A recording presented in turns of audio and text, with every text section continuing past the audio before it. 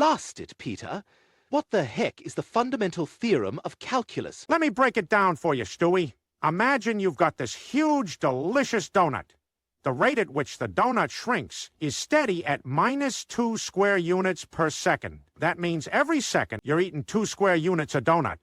We write this as the function f of t equals -2. All right, so f of t represents the shrinking of the donut, but where does the theorem come in? The fundamental theorem of calculus says that if we know the rate of change f of t, then we can find the total amount of donut eaten by taking the integral of f of t. So, to figure out how much donut you've eaten after t seconds, we take the integral of -2, which equals -2t. This function, capital F of t, tells us the total amount of donut eaten at time t. So capital F of t is like a donut tracker? If I plug in a time, it tells me how much I've eaten? Exactly. Now, let's apply the fundamental theorem of calculus, which says capital F of b minus capital F of a equals the integral from a to b of f of t dt.